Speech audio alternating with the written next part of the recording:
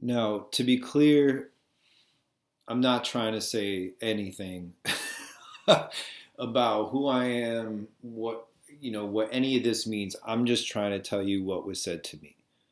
And I'm just trying to connect these dots. And I'm just trying to make, like we all do in our lives, we try to make sense of why we're here, why did different things happen in our lives. So that's it. Just take it with a grain of salt, as I try to do, and let's march forward together. So this is Google Earth, and none of this that's not an Indian village. This is not a reservation. This is the Onondaga Nation, and as we zoom out, you got a sense earlier of how large their territory was. So if you go back thousands of years, I just kind of want to show you something here. Do you see the change in terrain here? These are all hills, some tiny mountains, but elevation change. And then this is all in a bowl. I'll zoom out even a little bit more. So this is all the elevation change around this city is here on the outskirts. You come in from the hills down. This is a cereal bowl. When Syracuse was when the Jesuits first came here, Simon Lemoyne or whomever, and wanted to stay mainly because of the salt and all that stuff and capitalize, I'm sure. This was all pretty much downtown, probably, this definitely, maybe as far as downtown this was a swamp. This was all bog. So you have Bear Street, Wolf Street. This is the new shoreline. There was an ancient Indian or Native American fishing village found right here when they were dredging to make the mall. There was actually an opportunity to potentially halt that and preserve. Instead, they just put asphalt over the top and built a mall. So this is the factories side over here where they were dumping all the waste. While I'm up here zooming above, just a few notes here. Up here is, this is sort of this inlet that comes into the lake, and then there's the sort of the waterfront, and then there's another inlet where you could park your boats and all that stuff, right? So up here on the northern shore, where this says Long Branch Park, there is right here a zygote, that's an earth mound where it said literally where it says Long Branch Park. So that zygote, that earth mound, was built by the natives as a stargazing, as a solstice viewing point. And on the very opposite end of this lake, zoom out a little bit, right here, literally, right, as you could draw a straight line to the top of this this hill here, this node. So, excuse me, right here. So this, it's hard to see. I don't know if I can do. Oh, there you go.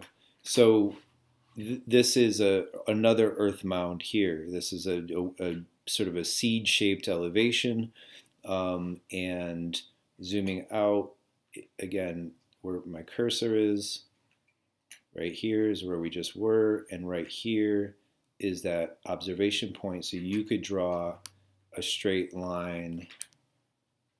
Let me see if I can actually do that. Do that for us. So, oh, let me see. It looks like there's two. Whatever. Anyhow, you'll get the point. From that zygote to that node, which is about right there, it is exactly a straight line. And so this was their observation path. And when I worked with some people close to the Onondaga Nation, they were telling me that this earth mound here has more ley lines crossing over it at an intersection point than the Great Pyramids, than Stonehenge, than some of the major ancient sites that are built upon energetic ley lines. And furthermore, that this intersection, and this is the other intersection point, that one of the only places, if not the only places known on Earth, ley lines are straight, it's a grid, and they have points of intersection. They bend around Lake Onondaga and create the Vesha Pisces, this sort of mouth or vagina or portal or what have you. So, and then this is all salt. All of this whole thing is sits on top of a massive salt cavern. So for what it's worth, one of the things I want to touch on is that that's sort of the ancient history, and that's sort of like the sort of this aura that Syracuse has that a lot of people touch on, they get confused about because there's a lot of energy here, and if it's sort of in the wrong hands, or if it's on sort of a negative or a deep sort of restless energy or what have you, then it's going to be projected. So this was a place that was the pinnacle of innovation. Regardless of the Erie Canal and some other things that made it a major port city, inland port city. It also was, the center of so much enterprise, innovation, new concepts. Turn of the century.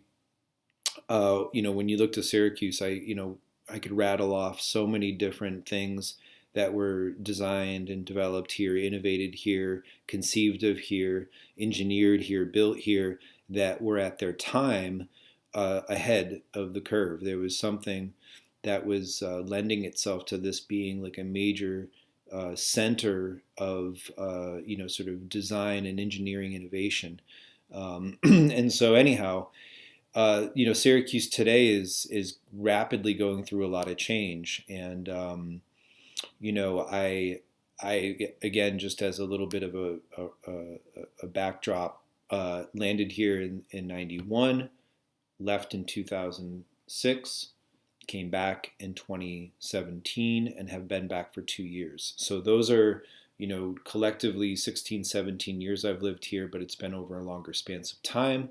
And so I have a unique perspective. I know a lot of others can share it. So, it's been corroborated by a lot of people I've spoken to. So I'm gonna, on the next video, kind of share, my little summary of like where Syracuse is at and kind of where it's trending.